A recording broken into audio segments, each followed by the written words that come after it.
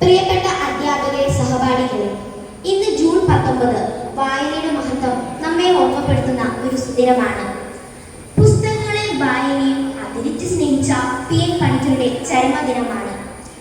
കേരള ഗ്രന്ഥശാല പ്രസ്ഥാനത്തിന്റെ ഉപജ്ഞാതാവും പ്രചാരകനുമായിരുന്നു അദ്ദേഹം. വായിച്ചു വളരുക എന്നതായിരുന്നു അദ്ദേഹത്തിന്റെ പ്രധാന സന്ദേശം. ഇതിന്റെ പ്രാധാന്യം ബോധ്യപ്പെടുത്തുന്നതിനായി 1996 മുതൽ ജൂൺ 19 വായനാ ദിനമായും തുടർന്ന് ഒരാഴ്ചക്കാലം വായന വാരമായി കൊണ്ടാടുന്നു. 2017 മുതൽ ഈ ദിനം ദേശീയ വായനാ ദിനമായും ആചരിക്കുന്നു. വായന എന്നത് വെറും ഒരു ശീലമല്ല, അതൊരു സംസ്കാരമാണ്. മനുഷ്യനെ പൂർണ്ണനാക്കുന്ന, അവന്റെ അറിവിനെ, കാഴ്ചപ്പാടുകളെ, ജീവിതബോധത്തെ സംസ്കരിച്ചെടുക്കുന്ന ഒരു മഹനീയ അനുഭവമാണ് വായന. നമ്മുടെ ആത്മവിശ്വാസം വർദ്ധിപ്പിക്കുന്നതിനും ഭാഷാശുദ്ധി നൽകുന്നതിനും ഭാഷാശുദ്ധി നൽകുന്നതിനും ആശയവിനിമയം സുഗമമാക്കുന്നതിനുമുള്ള ഒരു ഉപാധിയാണ് വായന. അത് നമ്മെ നന്മയിലേക്കും വിജയത്തിലേക്കും നയിക്കുന്നു. കരുണ, ദയ,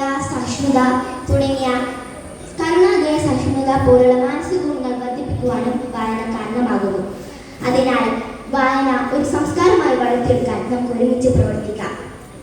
എന്തൊക്കെയാണ് നാം വായിക്കേണ്ടത്?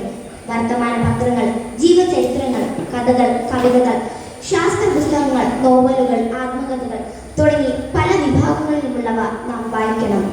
പുസ്തകങ്ങളിലൂടെ നാം പല ലോകങ്ങളിലേക്ക് യാത്ര ചെയ്യുന്നു. ചരിത്രത്തിന്റെ താളുകളിലൂടെയും ശാസ്ത്രത്തിന്റെ അത്ഭുതങ്ങളിലൂടെയും സംസ്കാരത്തിന്റെ മനോഹരമായ ലോകങ്ങളിലൂടെയും നാം സഞ്ചരിക്കുന്നു. വായനയിലൂടെ നാം നേടുന്ന അറിവ് നമ്മുടെ ജീവിതത്തിലെ എല്ലാ മേഖലയിലും നമ്മെ സഹായിക്കുന്നു.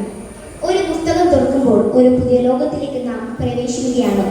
ഓരോ പുസ്തകവും ഓരോ അനുഭവമാണ്, ഓരോ പാഠമാണ്. അത് നമ്മെ ചിന്തിപ്പിക്കുകയും പ്രചോദിപ്പിക്കുകയും നവീകരിക്കുകയും ചെയ്യുന്നു. വായനയിലൂടെ നാം നേടുന്ന അറിവ് നമ്മുടെ സ്വപ്നങ്ങളെ യാഥാർത്ഥ്യമാക്കാൻ നമ്മെ സഹായിക്കുന്നു.